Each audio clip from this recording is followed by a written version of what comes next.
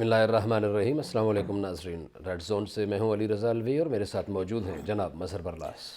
خواتین حضرات، آپ کی خدمت میں سلام اور حسب سابق حسب روایت پاکستان کے لیے دعا۔ اللہ تعالی ہمارے اس عظیم وطن کو سلامت رکھے، یہاں امن و امان ہو۔ جو قوتیں بھی چاہتی ہیں یہاں بدامنی پیدا کرنا، ان قوتوں کو شکست ہو، وہ قوتیں پسپا ہوں، ہمارے ملک میں امن ہو، خوشحالی ہو۔ علی رضا الوی صاحب، کیا خبریں؟ جی، حکومت نے پی ڈی ایم کو الیکشن کمیشن آف پاکستان کے مرکزی دفتر اسلام آباد کے سامنے احتجاج کی اجازت دینے کا فیصلہ کیے ہے۔ وزیراعظم عمران خان کہتے ہیں کہ جنہیں احتجاج کا شوق ہے وہ بالکل پورا کر لیں، جائزہ لیں گے کہ فارن فنڈنگ کیس جو ہے یہ کیا ہے، اس کا پس منظر کیا ہے، یہ کب دائر کیا گیا، کتنا عرصہ گزر چکا ہے، اس کا فیصلہ کیوں نہیں ہو پا رہا، اور اگر فیصلے کے لیے اپوزیشن جماعتوں کو دباؤ ڈالنے کی کیا ضرورت پیش آئی ہے، اور اپوزیشن جماعتیں یہاں شو آف پاور کے لیے کتنی کامیاب ہوں گی، کتنی ناکام ہوں گی، اور وزیر اعظم عمران خان کیوں مطمئن ہیں اور کتنے مطمئن ہیں، جائزہ لینے کی کوشش کریں گے۔ پھر ناظرین، جی ٹی وی کے پروگرام ریڈ زون نے کل، آپ نے پتہ ہے کہ وزارت پیٹرولیم کے حوالے سے ایک گفتگو کی تھی۔ آج ریڈ زون آپ کے لیے وزارت پیٹرولیم کو 44 کروڑ روپے کی گولی دینے والی فرم جو ہے ای گیس لمیٹڈ کمپنی، ان کی طرف سے جو جعلی لیٹر بنائے گئے، جعلی بینک ٹرانزیکشنز کی گئیں، ان کی رسیدیں اور دیگر دستاویزات ہم نے حاصل کر لی ہیں، اور ای پیٹرولیم کمپنی کے مالکان نے بھی ہم سے رابطہ کیے ہیں اور اپنا موقف دیے ہے۔ انہوں نے کیا کہا وہ بھی بتانے کی کوشش کریں گے، لیکن اوگرا اس حوالے سے اپنا موقف دینے میں بری طرح ناکام ہو گئے ہیں، اس کا بھی جائزہ لیں گے، اور اس کے پردے کے پیچھے اور کیا کیا ہوا ہے وہ بھی آپ کو بتائیں گے۔ پھر ہزارہ قبیلے کے لوگ اپنے جوانوں کی میتیں لیے مغربی بائی پاس کوئٹہ میں تیسرے روز سے بیٹھے ہوئے ہیں۔ وفاقی دارالحکومت جو ہے وہ پریشان ہے۔ وزیراعظم عمران خان نے شیخ رشید کو وہاں بھیجا۔ وہاں کے لوگ جو ہیں وزیر اعظم کے خود دورے کے منتظر ہیں، اور کسی حد تک یہ بھی توقع کی جا سکتی ہے کہ شاید وزیر اعظم وہاں خود بھی دورہ کریں، لیکن حکومت بلوچستان اس پورے موقع پہ کیا کر رہی ہے، کتنی ذمہ داری کا مظاہرہ کر رہی ہے، وزیر اعلیٰ بلوچستان کہاں غائب ہیں، وہ تلاش کرنے کی کوشش کریں گے۔ ہمارے ساتھ رہیں گے آپ تو۔ اور پھر پروگرام کے آخری حصے میں بھارت میں دلتوں کے ساتھ کیا ہو رہا ہے، بی جے پی حکومت اپنے شہریوں کے ساتھ کیا کر رہی ہے، خواتین کی عصمت دری کے واقعات کتنے زیادہ ہو گئے ہیں، اور وہاں لوگوں کا جینا کتنا حرام ہو گیا ہے، اس کا بھی جائزہ لیں گے۔ لیکن بڑھتے ہیں مظہر برلاس صاحب کی طرف۔ مظہر برلاس صاحب، پی ڈی ایم کو وزیر اعظم عمران خان کی ہدایت کے مطابق الیکشن کمیشن آف پاکستان کے سامنے اسلام آباد میں احتجاج کی اجازت دے دی گئی ہے۔ بہت اچھی بات ہے، جی اس لیے کہ یہ ایک جمہوری سوچ ہے، جی اور جمہوریت جو ہے وہ ہر ایک کو حق دیتی ہے کہ وہ کسی بات پر احتجاج کر سکے۔ ٹھیک ہو گیا۔ لیکن یہ احتجاج، چونکہ یہ آزادی اظہار کا مسئلہ ہے، تو آزادی اظہار میں چھڑی آپ وہاں تک گھما سکتے ہیں جہاں تک کسی کی ناک شروع نہ ہو۔ تو اگر تو یہ الیکشن کے سلسلے میں ہے یا فارن فنڈنگ کے حوالے سے ظاہر احتجاج ہے تو وہ احتجاج کریں، بڑی اچھی بات ہے، لیکن قانون کو ہاتھ میں لینے کی کوشش نہ کریں، بالکل ٹھیک ہے، ریاست کے خلاف کوئی الٹی سیدھی باتیں نہ کریں، بالکل ٹھیک ہے۔ اور وزیر اعظم جو ہے، کوئی بھی وزیر اعظم ہو، یہ نہیں کہ عمران خان ہو، کوئی بھی ہو یا صدر ہو، یہ عہدے آپ کے ملک کی ایک طرح سے فخر کا باعث ہوتے ہیں، ٹھیک ہے، تو ان کا احترام بھی ضروری ہے۔ آپ اپنا لمٹس میں رہ کے پارلیمانی زبان استعمال کریں، اور اس پہ تو یقیناً کوئی قدغن نہیں۔ مثلا آپ کس طرح کی تجویز کریں گے، کس طرح کی پارلیمانی زبان ہونی چاہیے، تھوڑی سی رہنمائی فرمائیے۔ نہیں، اب دیکھیے احتجاج دنیا جہاں بھر صدر میں، اور وزیر اعظم کی توہین بھی نہ ہو، خاص طور پر وزیر اعظم کی۔ دیکھیے گزارش یہ ہے کہ دنیا بھر میں احتجاج ہوتے ہیں، ہمارے ہاں ٹھیک ہے جمہوریت کم رہی، کمزور رہی، لیکن ہمیں خود بھی ایک ذمہ دار معاشرے کا مظاہرہ کرنا چاہیے۔ بہت اچھے۔ اس لیے ذمہ دار مظاہرہ، اب جیسے آپ دیکھیے ہمارے پریس کلب میں الیکشن ہوتے ہیں، صحیح۔ سب پڑھے لکھے لوگ ہیں، اپنا ووٹ ڈالتے ہیں، کوئی لڑائی نہیں ہوتی، کوئی جھگڑا نہیں، کوئی رفڑ نہیں، کوئی گولی نہیں چلتی، لیکن اسی معاشرے میں جب جنرل الیکشن ہوتا ہے تو بندے مارے جاتے ہیں، لڑائیاں ہوتی ہیں، فساد ہوتے ہیں، بیلٹ بکس اٹھا کے بھاگ جاتے ہیں، ٹھیک ہے. تو جمہوری طریقہ یہی ہے کہ آپ ایسا سب کچھ نہ کریں. ٹھیک ہو گیا. آپ کا مطالبہ ہے فارن فنڈنگ کیس کے حوالے سے، الیکشن کمیشن نے جی وہ کیس دبایا ہوا ہے، یہی مطالبہ ہے. جی. اس میں یہ احتجاج کریں، ایک وفد بنائیں. احتجاج زیادہ لوگ بے شک کریں، لیکن ایک وفد بنائیں جو چیف الیکشن کمشنر کو ملے اور سیکرٹری الیکشن کمیشن کو ملے، ٹھیک ہے. اور اپنے مطالبے ان تک رکھے ٹھیک ہو گیا. آپ کہ کی بات حضور یہ ہمارا مطالبہ ہے، اچھی تجویز ہے، بالکل اور ڈیٹ دیں صحیح ہے. کہ آپ اگر اس پہ اگلے 10 دن میں کچھ نہیں کرتے تو پھر ہم سپریم کورٹ کا دروازہ کھٹکھٹائیں گے. پھر یہی حل ان کے پاس رہ جاتا نا. صحیح ہے. اچھا، آپ کے خیال میں الیکشن کمیشن آف پاکستان کی کیا ذمہ داری ہے؟ اگر کوئی درخواست آئی ہے اس کو نمٹانے میں، اس کو پر فیصلہ کرنے میں وہ کتنا وقت درکار ہونا چاہیے، اور ایسی ہی نوبت ہی نہ آئے کہ لوگوں کو انصاف لینے کے لیے احتجاج ہی کرنا پڑے؟ انصاف خود کہتے ہیں نا، انصاف دہلیز پہ پہنچایا جائے گا اور پہنچایا جانا چاہیے. یہ ایک سلوگن ہم سنتے رہے ہیں اور تحریک انصاف کی طرف سے بھی سنتے رہے ہیں. علی رضا صاحب، قانون بنانا ہے پارلیمنٹ نے. یہ بات میں کیوں کر رہا ہوں، قانون بنانا ہے پارلیمنٹ میں؟ یہ قانون سازی ایسی کرتے ہیں کہ پاکستان میں اسی قانون کے تحت قاتل کو پھانسی ہو جاتی ہے، اسی قانون کے تحت وہ چھوٹ جاتا ہے. اچھا. یہ عجیب دو رخی ہے. یہاں یہ جو پریکٹس جس حوالے سے آپ نے بات کی، آپ دیکھیے کہ میاں شہباز شریف ایک سٹے پہ وزیر اعلیٰ رہے 4.5 سال، تو یہ پریکٹس تو رہی. ہمارے ہاں آپ کسی کو چھیڑتے ہیں، کسی افسر کا تبادلہ کرتے ہیں یا کچھ کرتے ہیں، عدالت نے دیا تھا، میں نے تو نہیں دیا نا. ٹھیک ہے. تو گزارش یہ ہے کہ یہ عدالتیں ایسا کرتی ہیں، الیکشن کمیشن بھی ایسا کرتا ہے. یہ پریکٹس ہوئی ہے نا ماضی میں. صحیح. اگرچہ بعد میں ہماری عدلیہ نے تو کچھ لوگوں نے بھٹو صاحب کے قتل پھانسی کے بارے میں بھی یہ کہا کہ یہ عدالتی قتل ہوا. تو دیکھیے ہمارا جو قانون ہے جو پارلیمان بناتی ہے، یہ قانون چور کو رستہ دیتا ہے، یہ قانون ڈاکو کو رستہ دیتا ہے، یہ قانون قاتل کو رستہ دیتا ہے. ٹھیک ہے. یہ اس لیے بناتے ہیں پارلیمنٹ والے کہ یہ ان ڈاکوؤں کے پیچھے ہوتے ہیں، ان چوروں کے پیچھے ہوتے ہیں، اچھا ہو گیا. مافیاز کے پیچھے ہوتے ہیں، قبضہ گروپوں کے پیچھے ہوتے ہیں. ٹھیک ہے. اگر قانون پر عمل درآمد ہو، کوئی کسی کے گھر پہ قبضہ کر لے، مجھے انگلینڈ میں کر کے دکھائے، کئی اور ملک ہیں. ٹھیک ہے.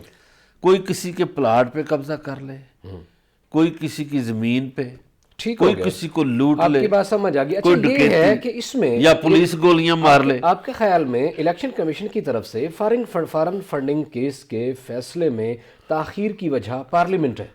آپ کی بات سے مجھے یہ سمجھ آئی. نہیں، دیکھیے، نہیں، میں نے ایک مثال آپ کو دی ہے کہ پارلیمنٹ جو قانون بناتی ہے اسی میں وہ ایسی چکر بازی رکھتے ہیں. مثلا میں یہ مثالیں دے رہا ہوں آپ کو. مثلا جی آپ نے استعفیٰ دیا، آپ ایم این اے ہیں، اسپیکر 6 مہینے اپنے پاس رکھ سکتا ہے. جب آپ نے استعفیٰ دے دیا تو اسپیکر کیوں رکھ سکتا ہے؟ ٹھیک ہے. یہ جھول انہوں نے اپنے فائدوں کے لیے اس سے رکھے بہت ہوتے ہیں. مستفید ہوئی تھی پی ٹی آئی بھی پچھلے دور میں. بالکل ہوئی، کوئی بھی ہو. پارلیمنٹ میں گئے بغیر تنخواہیں وصول کی. حضور میرا مسئلہ نہ پی ٹی آئی ہے نہ مسلم لیگ نون ہے، میں قانون کی بات کر رہا قانون کی ہی اس سے فائدہ اٹھانے والوں کا ذکر کیا میں نے بھی. پاکستان میں جو پہلے 40 آرٹیکل ہیں قانون کے جو انسانوں کو بنیادی حقوق دیتے ہیں، اس پر تو عمل درآمد ہوا نہیں کبھی. ٹھیک ہے، ہمیں پھر واپس اسی ٹاپک کی طرف. اچھا، فارن فنڈنگ کیس ہے کیا؟ ہمارے ایک عام ناظر کو ذرا سمجھا دیجیے کہ یہ کیا ہوا تھا. ایک پی ٹی آئی کے بنیادی رکن ہیں اکبر ایس بابر، وہ سیکرٹری اطلاعات بھی رہے ہیں پی ٹی آئی کے، کبھی سپوکس پرسن بھی ہوتے تھے. بہت قریبی سمجھے جاتے تھے نا عمران خان. ہاں، بڑے ارینج کرتے تھے انٹرویوز عمران خان کے لیے. اور جب عمران خان نے پاکستان تحریک انصاف شروع کی تو وہ ان کے بانیوں میں سے تھے، ساتھ چلنے والوں میں سے. میں کہتا ہوں بلکہ بڑا متعارف کرانے والوں میں بطور پولیٹیشین ارینج کرتے تھے ان کے انٹرویوز، ان کی پریس کانفرنس سے، جیسے کرتے ہیں لیڈروں کے لیے لوگ. تو ان کا وہ یہ کیس لے کر گئے. اب جو آپ کا سوال ہے کہ رکا کیوں ہوا ہے، نہیں اس میں تھوڑی سی اس کی وضاحت میں اس میں ہوا کیا، مطلب ان کے ایلیگیشن کیا تھے پی ٹی آئی پر، عمران خان پر؟ وہ ایلیگیشن ہیں، وہ کہتے ہیں جی بیرون ملک سے فنڈنگ آئی ہے اور یہ فنڈنگ بقول ان کے دعوے کے، اچھا جی دعویٰ وہ کس طرح کہتے ہیں؟ وہ کہتے ہیں جی دبئی میں ایسی فنڈ ریزنگ ہوئی، لندن میں ہوئی، فلانی جگہ سے ہوئی، تو اس میں انڈینز نے بھی دیے اور اسرائیلیوں نے بھی پیسے دیے بقول ان کے۔ ٹھیک ہو گیا۔ اب وہ کہتے ہیں کہ جی اس طرح یہ اسرائیل اور انڈیا سے پیسہ آیا اچھا، تحریک انصاف کے لیے۔ گزارش یہ ہے، اس میں ظاہر الیکشن کمیشن نے کئی ڈیٹیں ڈالی ان کو، وہ ثبوت مانگتے ہوں گے، عدالت تو ثبوت مانگتی ہے، کوئی بھی ہو یا اس طرح کا کوئی ادارہ ہو۔ اب وہ ثبوت دینے، وہ اکبر ایس بابر صاحب کہتے ہیں کہ میں نے ثبوت دے دیے ہیں، پی ٹی آئی والے کہتے ہیں ان کے پاس ثبوت نہیں ہے۔ ٹھیک ہے جی، اب معاملہ یہاں پہ پھنسا ہوا ہے۔ اب اکبر ایس بابر کو ایک فائدہ ہوگا کہ ساری اپوزیشن ان کے پیچھے کھڑی ہو گئی ہے، جو کیس وہ اکیلے لڑ رہے تھے اب یہ 10 جماعتی اتحاد لڑے گا۔ ٹھیک ہے یہ کیس نومبر 2014 میں فائل کیا گیا تھا اور اب تک اسٹیٹ بینک آف پاکستان کے مطابق، ان کے اعداد و شمار کے مطابق 24 بینک سٹیٹمنٹس جو ہیں الیکشن کمیشن میں جمع کرائی جا چکی ہیں۔ دیکھیے 2014 میں ہوا تو اب 2020 ختم ہو چکا ہے، 21 میں ہم بیٹھے ہوئے ہیں۔ نواز شریف کی حکومت تھی 2014 میں، شہباز شریف صاحب وزیر اعلیٰ تھے، ساکھ ڈار وزیر خزانہ تھے، وہ جو باجوہ تھا طارق باجوہ وہ اسٹیٹ بینک کا گورنر تھا، جو شہباز شریف کا بھی رائٹ ہینڈ تھا اور ڈار کا بھی۔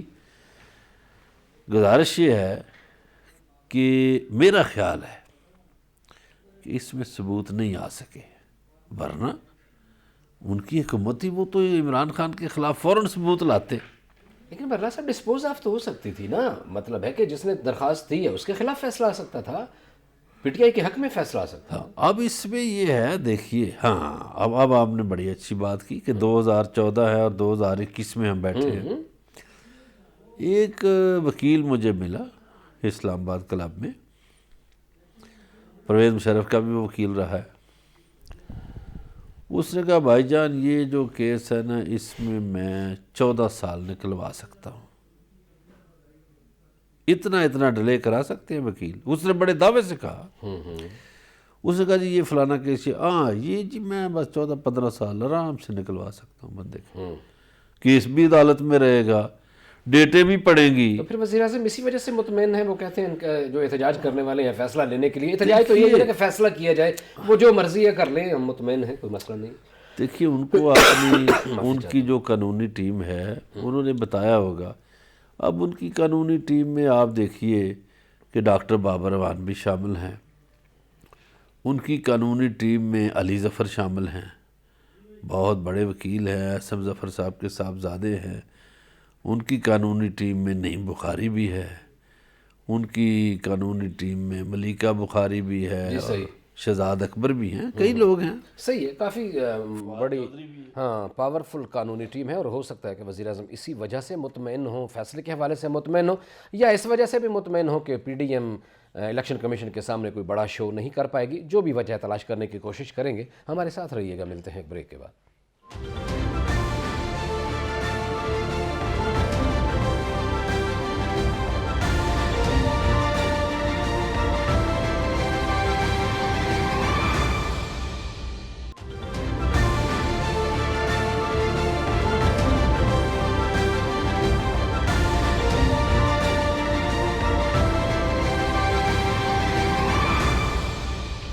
ویلکم بیک ناظرین، بریک پہ جانے سے پہلے فارن فنڈنگ کیس کے حوالے سے بات ہو رہی تھی اور پی ڈی ایم کی تیاریوں کے حوالے سے بات ہو رہی تھی، اور پی ٹی آئی کا بھی اپنا ایک موقف ہے۔ وہ کہتے ہیں ہم بالکل مطمئن اس وجہ سے ہیں کہ ہم نے جو بھی ہمارے خلاف جو کیس کیا گیا ہے، وہ جن رقومات کی بات کی جاتی ہے اس کا وہ کہتے ہیں مختلف فرموں سے اس کا آڈٹ کروایا جا چکا ہے، اور ہمارے اس وقت کے آڈیٹر جو تھے، جو بینک اکاؤنٹس کو دیکھ رہے تھے، سردار اظہر طارق جو ہیں، انہوں نے ہر چیز کو بڑے اچھے انداز میں مینج کیا ہوا تھا، اس لیے ہمیں اس طرح کا کوئی خطرہ نہیں ہے، پی ڈی ایم چاہے جو مرضی کر لے۔ لیکن اگلی طرف بڑھنا ہے مثلا اللہ صاحب، پی ڈی ایم کا جو سیاسی، اب اظہر طارق صاحب کا پتہ ہے آپ کو کدھر ہے؟ جی فرمائیے نا۔ وہ ایک ملک میں سفیر لگ چکے ہیں. ٹھیک ہے، ٹھیک ہے جی. بالکل صحیح. ہاں وہ ایک ملک میں سفیر تو لگ ظاہر ہے وہ انہوں نے خدمات سر انجام دی ہوئی ہیں. اب تو نیا کام آ جائے گا, نیا کٹا کھل جائے گا. وہ کہے گا جی سردار اظہر صاحب نے دیے ہیں تو ان کو بلائیں. اس کو ان کا پتہ چلے گا وہ تو فلاں ملک میں سفیر لگے ہوئے ہیں. ایسے ہی ہے. تو سفیر صاحب کہیں گے جی میں تو کورونا کی وجہ سے آ نہیں رہا. یہ کام تو اور لمبا ہو جائے گا. چلیں اور لمبا ہو جائے گا بالکل, اور اس نے ہونا بھی ہے لمبا, ظاہر ہے کیسے نظر آ رہا ہے. لیکن اب اس کی طرف یہ 19 تاریخ کو 19 جنوری کو منگل والے دن پی ڈی ایم کی لیڈرشپ الیکشن کمیشن کے سامنے جمع ہو رہی ہے, تو کتنے کے لوگ جمع ہو جائیں گے, کیا کہتے ہیں؟ دیکھیے لوگ تو وہ احتجاجی چونکہ ان کا پروگرام ہے, لوگ وہ جمع کرنے کی کوشش کریں گے. اور اس میں پیپلز پارٹی کے لوگ شاید کم آئیں, لیکن نون لیگ کے پاس چونکہ پنڈی اسلام آباد سے وہ جیتتے رہے ہیں, ابھی حال ہی میں اسلام آباد کا میئر بھی نون لیگ کا بنا ہے, اور پھر یہ ہزارہ میں بھی نون لیگ کافی ہے, اور مری وغیرہ میں. تو باقی مولانا صاحب شاید کوئی بچے لے آئیں مدرسوں سے, تو احتجاج تو ہوگا. لیکن اگر موسم نے ساتھ نہ دیا تو اتنا بڑا احتجاج. اب یہ موسم کی مرضی ہے کہ وہ حکومت کا ساتھ دیتی ہے یا اپوزیشن کا ساتھ دیتا ہے. یہ تو ہے بات موسم پہ آ گئی ہے. اسی لیے شاید مریم بھی کہتی ہیں کہ 31 جنوری والا جو احتجاج, اس کے بعد والی جو لانگ مارچ کی ڈیٹ ہے, وہ بالکل ہمارا پلان ہے, لیکن موسم دیکھ کے تاریخ کا تعین. نہیں, بارش نہیں ہو رہی تھی نا اس دن, وہ تو شو فلاپ ہو گیا. اس میں تو کل لڑائی ہوئی ہے عدالت میں, ہائی کورٹ میں لڑائی ہوئی ہے خواجہ سعد رفیق کی اور خواجہ حسان کی. اچھا جی, وہ کیوں؟ بندے نہ لانے پہ بھی وہ جلسہ فلاپ ہوا, وہ لاہور والا جو آپ بس یہ بندے کو, بندوں کی مرضی ہے نا, اپنے بندوں کو تھوڑے, اصل میں مسئلہ یہ ہوا ہے نوازا بہت کم لوگوں کو گیا ہے نا, اپنے ارد گرد والوں کو نوازے. وہ وی آئی پی ہیں, وہ ان کا مسئلہ اور ہے نا. جب آپ نے کارکن کا احساس ہی نہیں کرنا تو پھر اسی طرح ہوتا ہے نا حضور, پھر کارکن آپ کا احساس کیوں کرے گا؟ بات تو یہ ہے. نہیں, آپ نوازنے سے مراد یہ ہے کہ آپ دولت بانٹ دیں. توازنہ یہی نہیں ہے, ایک شہریوں کے بھی بانٹ دیں. حقوق کا جو تحفظ ہے, ان کا خیال رکھنا, ان کی پریشانیوں کا, ان کے جو مسئلے مسائل ہیں ان کا حل کرنا سیاسی جماعتوں اور اہل اقتدار اور اہل حکمرانوں کا ہی کام ہے نا جی. نہیں, دیکھیے حکمران کا کام یہ نہیں کہ اپنے کارکنوں کا خیال رکھے. حکمرانوں کا کام یہ ہے کہ پورے ملک کے لوگوں کا خیال رکھے, ہر ایک کا خیال رکھے, امیر غریب میں تمیز کیے بغیر خیال رکھے. یہ نہیں ہے کہ کسی کو نواز دے اور کسی کو نہ نوازے. نہیں, ہم نے تو نوازنے پہ ہی بات کی کہ یہ بہت سارے یہ لوگوں کو نوازتے رہے ہیں. یہ نوازنے کی بجائے اگر ذمہ داریوں کی بات ہوتی تو بہتر ہوتی. خیر اگلے خبر کی طرف بڑھتے ہیں حضور, کہ 44 کروڑ روپے کا آپ کو پتہ ہے نا جی گھوٹالہ ہوا, اور 44 کروڑ روپے کھا گئے جو لوگ ایک جعلی لیٹر کے اوپر. اور وہ لیٹر جو ہے یہ ہمارے پاس موجود ہے جناب, کہ یہ ایک جعلی لیٹر آئل اینڈ گیس کا اوگرا کے نام پہ بنایا گیا. پھر اوگرا نے ہی اس لیٹر کی جناب والا تردید کر دی کہ وہ لیٹر جو ہے وہ جعلی ہے, پڑھ کے بھی سنا دیتے ہیں. یہ بینک ٹرانزیکشن بھی پتہ کیا کہ یہ بھی جعلی ہیں, اور اس کے باوجود بھی اوگرا میں کچھ ایسے نیک, اچھے, سلجھو, پرامن ایسے آفیسرز بیٹھے ہوئے تھے کہ یہ انہوں نے لیٹر تو جاری کر دیا کہ فلاں لیٹر جعلی آیا ہے, لیکن انہوں نے یہ بتانا گوارا نہیں کیا کہ جس کے نام سے جو لیٹر جاری کیا گیا ہے اس کے خلاف کیا کارروائی ہوئی ہے, اور جن لوگوں نے یہ لیٹر جاری کیا ہے جعلی ان کے خلاف کیا کارروائی ہوئی ہے. کوئی محکمانہ انکوائری کرنے کی ضرورت ہی محسوس نہیں کی گئی. قبلہ حضور, یہ ایک محکمے کا رولا نہیں ہے. پاکستان میں ہر محکمے کا یہی رولا ہے کہ کارروائی ہوتی نہیں. اب چلے مان لیا لیٹر جعلی ہے, یہ ٹرانزیکشن تو جعلی نہیں ہے نا, پیسے تو آئے گئے ہیں نا. تو سرکار پیسوں کا پتہ کیا ہے, یہ رسیدیں بنا کے بتا دی ہیں, وہ اگر لگا دی کہ یہ پیسے ہم نے بھیج دیے, بھیجے نہیں ہیں. یہ گیم ڈالی گئی ہے. شاباش, بڑے اوپر لیول کا گیم ہے سرکار. تو اس کو لائیں نا, 44 اچھا سردار صاحب سے پوچھے کہ ہمارا سنیں نا, کسی ایک غریب آدمی کا, کسی غریب شہری کا گیس کا بل نہ جمع ہو تو اگلے مہینے میٹر اتار کے لے جاتے ہیں. تو یہ 44 کروڑ روپیہ کی گیس فراہم کرتے رہے اور پیسے کوئی نہیں لیے. وہ سرکاری خزانے میں کچھ نہیں آیا. بات سے ٹھیک ہے، پھر کسی نے موجے ماری ہیں نا، ہاں جی، اور بہت زیادہ موجے مارنے والے عظمیٰ لوگ، عادل صاحبہ پتہ نہیں آج کل کدھر ہے، وہ باہر چلی گئی ہیں ملک سے شاید۔ وہ کچھ پیشیاں پوشیاں بھی کچھ بھگت رہی ہیں، کچھ انکوائریوں کے چکروں میں بھی پڑے ہوئے ہیں۔ اور ہم جب یہ بات کی گئی تو اب آج کل جو نور الامین صاحب ہیں، جو ایکٹنگ چیئرمین ہیں اوگرا کے، ان سے بھی ہم نے رابطہ کیا، ان سے بھی بات کرنے کی کوشش کی، اپنا موقف دیجئے۔ انہوں نے اپنے اسپوکس مین کے ذمہ لگایا کہ جناب اس کے اوپر ہم اپنا موقف جو ہے اوگرا جی ٹی وی کو، ریڈ زون کو اپنا موقف دینے کے لیے تیار دیتے ہیں، لیکن ہم انتظار کرتے رہے، اوگرا کی طرف سے کوئی موقف نہیں آیا۔ موقف کیسے آتا؟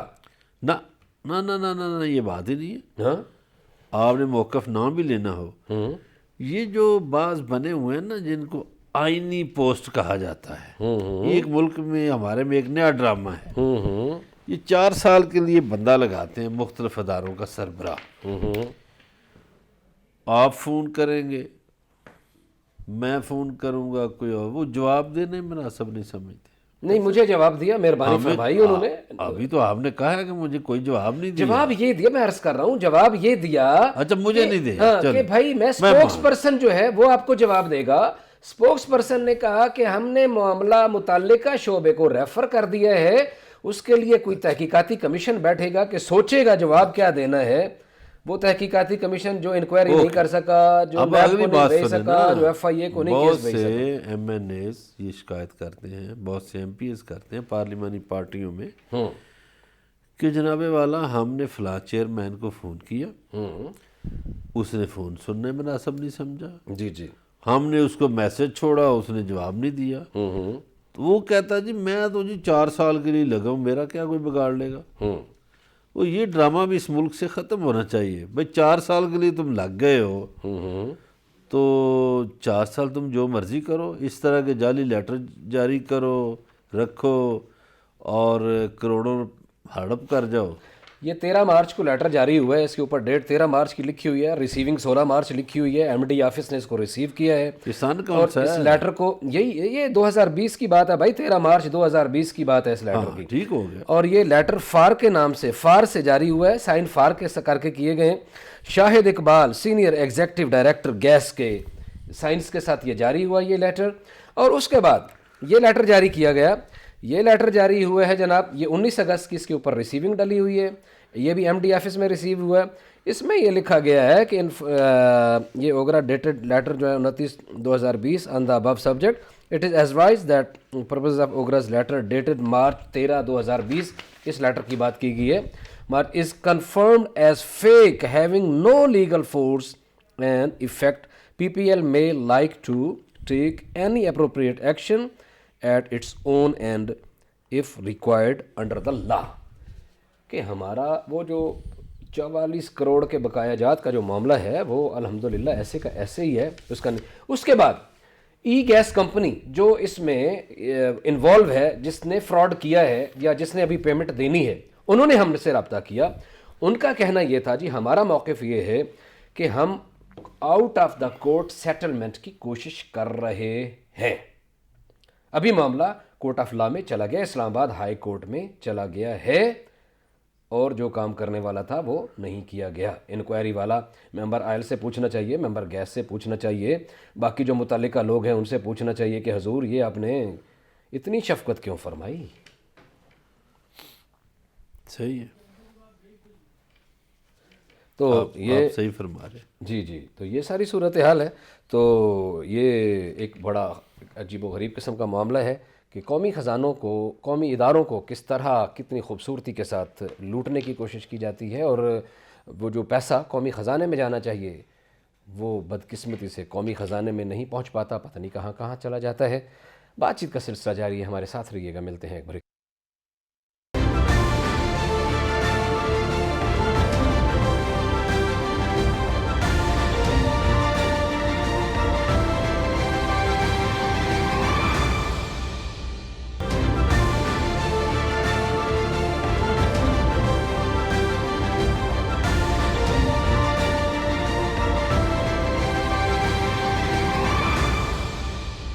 ویلکم بیک ناظرین۔ مظہر برلاس صاحب، ہزارہ کا واقعہ، لوگ آج بھی جنازے لے کے بیٹھے ہوئے ہیں، انصاف کے منتظر ہیں، کیا کہتے ہیں؟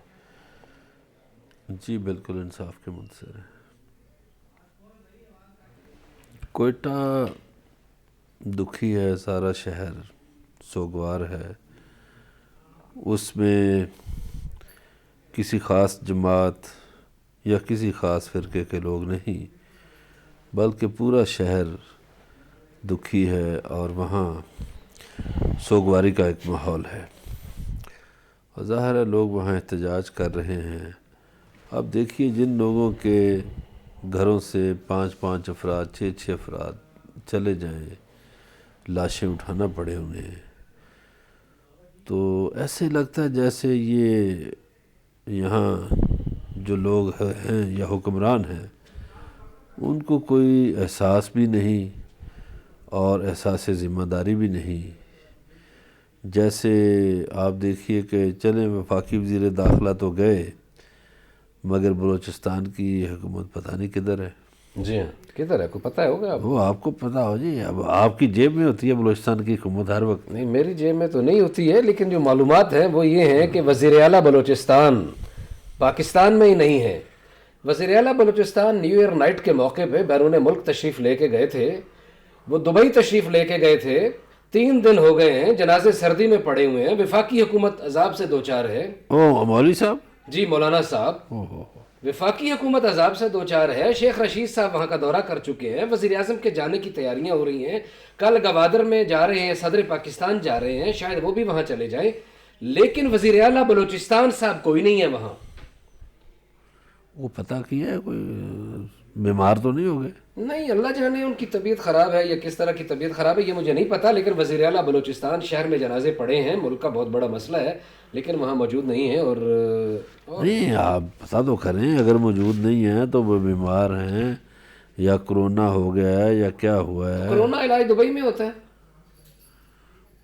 لو ادھر کئی بندے کہتے ہیں. ادھر ایک ہائی فائی میٹنگ میں ایک بندے نے کہا، گریڈ 22 کا افسر تھا جس نے یہ کہا، کسی اور کو کہا کہ سر وہ چرس کا ایک لگائیں، سگریٹ سوٹا پئیں، کرونا غائب.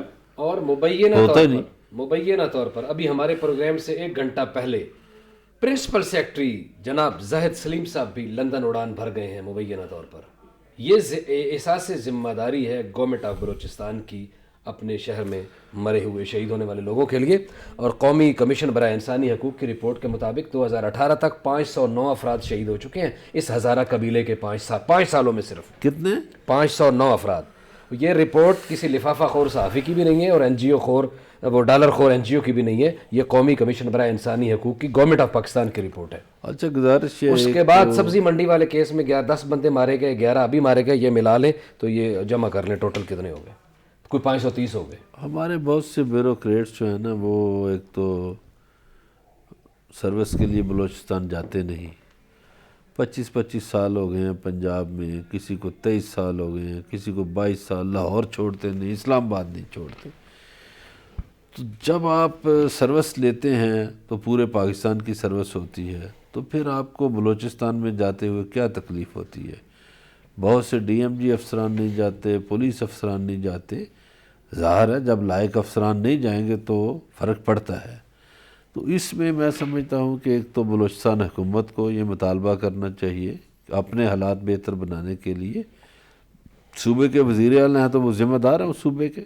اگر اس صوبے میں کوئی بھی بدامنی ہوتی ہے یا کچھ بھی ہوتا ہے تو وہ ذمہ دار ہے. جی ان کی ذمہ داری ہے، ظاہر ہے وہ صوبے کے ذمہ دار ہیں تو ان کی ذمہ داری بھی ہے. مظہر اللہ صاحب، بھارت دلتوں کا جینا حرام کیا ہوا ہے برہمنوں نے، اور جب سے یہ ہندوتوا کا جو چکر چلا ہے اور مودی سرکار آئی ہے اس کے بعد تو زندگی اور عذاب ہو گئی ہے ان لوگوں کے لیے. آپ صحیح فرما رہے ہیں، ایسا ہی ہے. واقعتاً لوگ تنگ ہیں. کیا کہا جا سکتا ہے اس پہ؟ اب دیکھیے لوگ جب تنگ ہوں، اور صرف دلت نہیں باقی اقلیتیں بھی تنگ ہیں. جب اقلیتوں کی عبادت گاہیں محفوظ نہیں ہیں، نہ کسی کا گردوارہ محفوظ ہے، نہ کسی کا چرچ محفوظ ہے، نہ کسی کی مسجد محفوظ ہے، نہ کوئی مزار محفوظ ہے، نہ خواتین محفوظ ہیں، نہ خواتین نہ بچے. انسانیت سوز سلوک ہوتا ہے اور ایک ہی نشہ ہے ایک ہی مشن ہے کہ ہندوستان میں سب ہندو ہو جائیں. تو بھئی چلو یہ دلتوں کو تو مان لو چونکہ وہ نیچی ذات کے ہیں. ایک جملہ کہا تھا مہاتما گاندھی نے کہ ہندوستان ایک گندے جوہر کی مانند ہے. باہر سے آنے والے خوبصورت لوگ اپنی خوبصورت تہذیبوں سمیت اس جوہر کا حصہ بن جاتے ہیں اور وہ بھی گندگی کی علامت بن جاتے ہیں. یہ دیکھیے بہت خوفناک. تو مہاتما گاندھی اگر اپنے دیش کے بارے میں یہ کہہ رہا ہے کہ ہندوستان ایک گندے جوہر کی مانند ہے تو پھر میرا خیال ہے کسی اور سرٹیفکیٹ کی ضرورت نہیں رہتی. اب انڈیا میں یا تو بہت خانہ جنگی ہوگی یا بہت لوگ مارے جائیں گے یا بہت لوگ بھوکے رہیں گے. بھوکے تو خیر پہلے بھی ہیں. انڈیا میں غربت بہت زیادہ ہے. انسانوں کو بنیادی سہولیات بھی میسر نہیں ہیں. واش روم تک کی سہولیات میسر نہیں ہیں. انڈیا کی آدھی سے زیادہ آبادی دن میں ایک وقت کھانا کھاتی ہے, دوسرے وقت کا کھانا نہیں کھاتی. صحیح. انڈیا میں آبادی کا ایک بڑا حصہ فٹ پاتھ پہ زندگی گزارتا ہے. ان کے پاس گھر نہیں ہیں اور گھر کیا خیمے بھی نہیں ہیں. اور انڈیا کے خاص طور پہ آپ ریلوے اسٹیشنز دیکھیں گے یا ریلوے لائنوں کے آس پاس تو انہوں نے کھود کھاد کے جس طرح جانوروں نے کھٹلے بنائے ہوتے ہیں ویسے بنائے ہوتے ہیں. تو انڈیا میں حالات برے ہیں. صحیح. اور ان برے حالات میں تحریکیں چل رہی ہیں آزادی کی. تو مجھے تو نہیں لگتا کہ انڈیا بچ پائے گا. انڈیا ٹوٹتا ہو. جی انڈیا کی صورتحال بہت زیادہ خراب ہے. اوورآل جو اندر کی تحریکیں ہیں ان کی وجہ سے بھی اور جو نفرتیں ہیں ان کی وجہ سے بھی. آج اتنے ہی, کل آپ سے پھر ملاقات ہوگی. اپنا خیال رکھیے گا. اللہ نگہبان.